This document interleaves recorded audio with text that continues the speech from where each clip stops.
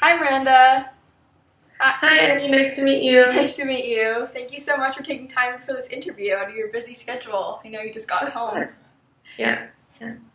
Um, I'm so pleased that I'm here today with Miranda Anderson, the founder of EnoughSaid.ca and a global citizen whose work as an environmentalist has found its way into the classrooms of students in Haiti.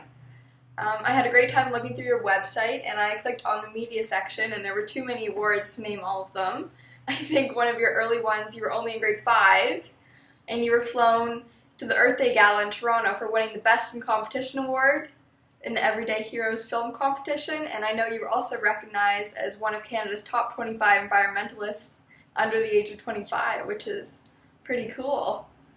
Yeah. Thank you. Yeah. Now for some questions.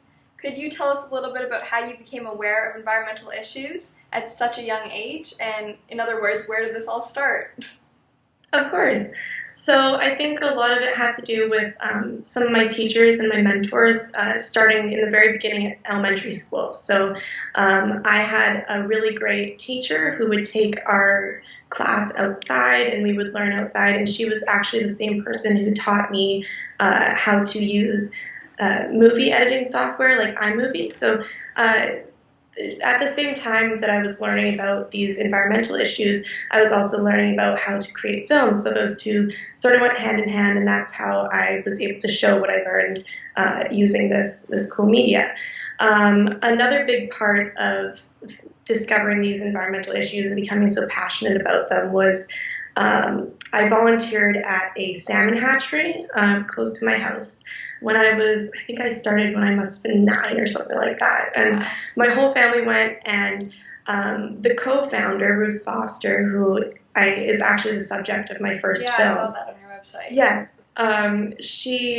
She taught me so much about what's happening in the world. She really opened my eyes up to a lot of different environmental issues and got me interested in biology and environmental science, which are two things that I'm focusing my studies on now. So yeah, something so small at such a young age really had an impact on the rest of my life. Yeah, and I know when I think of challenges our world faces, it can be a little overwhelming, and you've identified a great starting point in simply creating an appreciation for nature in young children. So could you tell us a little bit about what nature deficit syndrome is? Yeah, so it's actually nature deficit disorder, but it's not an official medical term by any means. It was actually coined by Richard Louv, who wrote The Last Child in the Woods, and it's basically a term that describes how usually just young people nowadays, they're so immersed in their technology that they're not connecting with nature, they're not getting outside. And because of that disconnect with nature, they don't feel any sort of concern about these different environmental issues that are such a big threat to the planet. So, Yeah. And could you tell us a bit about your efforts to raise awareness or solve problems? So the main efforts, or the initial efforts, I guess, started with films. So I've made a number of films. I think that there's probably about 7 larger ones, and those ones are just about various environmental issues. The most recent, or the second most recent one, was on nature deficit disorder. So that's how I try to raise awareness, and I would post them on YouTube. And as you mentioned, a school in Haiti actually used that film as a sort of a lesson with their students. So in Haiti, a lot of kids aren't able to get outside because it's dangerous and they're not able to really go explore on their own. So that was definitely something that really resonated with them, hearing about this disorder and sort of realizing that they suffer from it. And they wrote letters to me asking about how they can get outside more and what I think they can do to better the planet and better their lives, I guess. And I wrote back, and it was really an amazing experience. It really resonated with me because I had no idea that these films that I was making were actually making it a across the globe to other people, and that it had an effect on other people. So when I realized that, that's when I started enoughsaid.ca, and I sort of did something similar to what the teacher in Haiti did, which is created lesson plans to go with my films, so that they can be used in the classroom. That's so cool. I've been learning a little bit about what an active global citizen is in this course. And I understand that their actions have an impact here and around the world. And it also means taking action to build a more sustainable world for everyone. And your website and social media presence are a form of public awareness campaign. You're making presentations, including digitally through your TED Talk, which I watched. It was very good. I know you're educating the public about making positive consumer choices to choose local. And you're involved in advocacy to help save coral. And you've also created many learning resources. You mentioned you started creating films and that you've even created a curriculum. And you're basically covering all the elements of a global citizen. And we can't talk about everything you're doing, but I'd like to talk about a few of them. So let's first talk about your filmmaking, and then we can talk about your curriculum. Your films have earned local, national, and international awards over several years. They've been screened around the globe, from Toronto to Vancouver to Los Angeles and Brazil. So how did you get started as a young filmmaker? Can you take us back to making your very first film? Do you remember? Sure. So the same teacher who taught me so much about filmmaking and about getting outdoors more, she actually gave our class an assignment, and that was to write a paper about our heroes. And tons of people were doing, people like Terry Fox and great heroes like that, and I looked to my mentor at the salmon hatchery, Ruth Foster. So I actually did an interview with her to go along with my assignment, and my teacher had the wonderful suggestion that I film the interview and I turn it into a bit of a movie.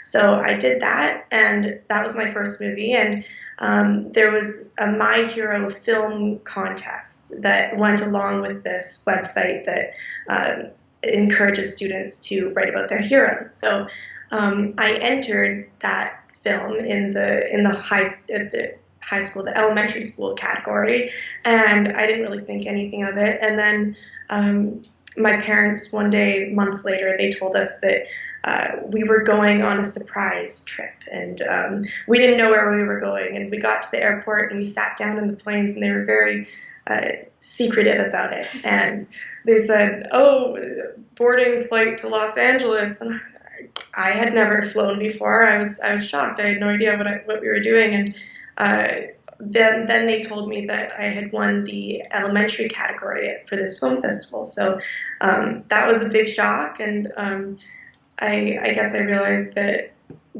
I had an impact on others. So I kept making films. I improved my editing. I tried to get a little better at it. And as I would learn about more amazing people that were doing amazing things to help the environment, for example, you mentioned plastic pollution. I read about in the Vancouver Sun a woman who had gone a year without using plastic.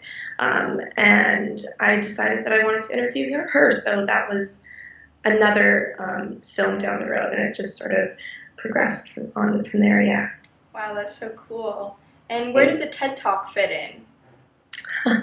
How did I even get involved with that? I think I'd done some public speaking before. I'm not sure about you, but in middle school, I think it was, we had to do public speaking events every year. It would sort of be like a little competition, see who could get to districts. And I would do that every year. I wasn't bad at it. I thought that I did a fairly good job at it, and I was comfortable public speaking. And I think someone suggested, it might have been Ruth, it might have been someone else, but someone suggested that I do a TED Talk. And got me in touch with the people that were running the TEDx Kids talk that year in Vancouver, and it was a little scary for me. I mean, that was a long talk. I think it might have been like 12 minutes or something like that, which was a big deal at the time. Yeah. And I decided that I had something important that I wanted to say, so I did it, and it went surprisingly very well. That's so cool. Yeah. And what has the impact of that TED Talk been? Yeah, I've definitely had outreach from different organizations that wanted to connect with me or learn more about what I'm doing. And the Children in Nature Network, which Richard Louv, who I mentioned earlier, is involved with, they got a hold of it, and I've just had a lot of positive feedback from different people. And That's great. it talks about, I talk about nature deficit disorder in that. So I think it's something that a lot of people haven't heard of, and I was just happy to change that to get the awareness out about it. It's cool that there's like a name for it. Like I feel like a Yeah. lot of people know about that their kids are Yeah. spending a lot of time indoors, but like it's cool to have a name for it. It certainly makes it a little more real and a little more scary. Yeah, definitely.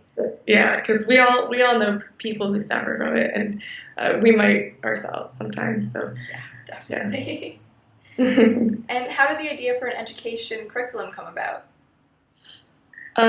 So that was right after I heard back from being a teacher in Haiti, and I think I'd spoken with a couple teachers that knew about what I was doing at my school as well, and my mother's an educator herself. So I think that I just realized that I had learned about these environmental issues, and I had gotten outside at a very young age, and that was the reason that I was doing all these things.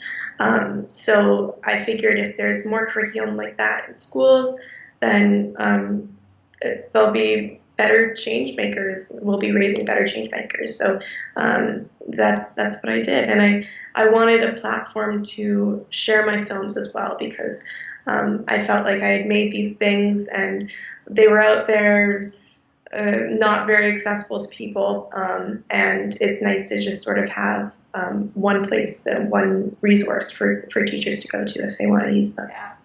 And did you have any challenges implementing those curriculums into schools, and how did you address those?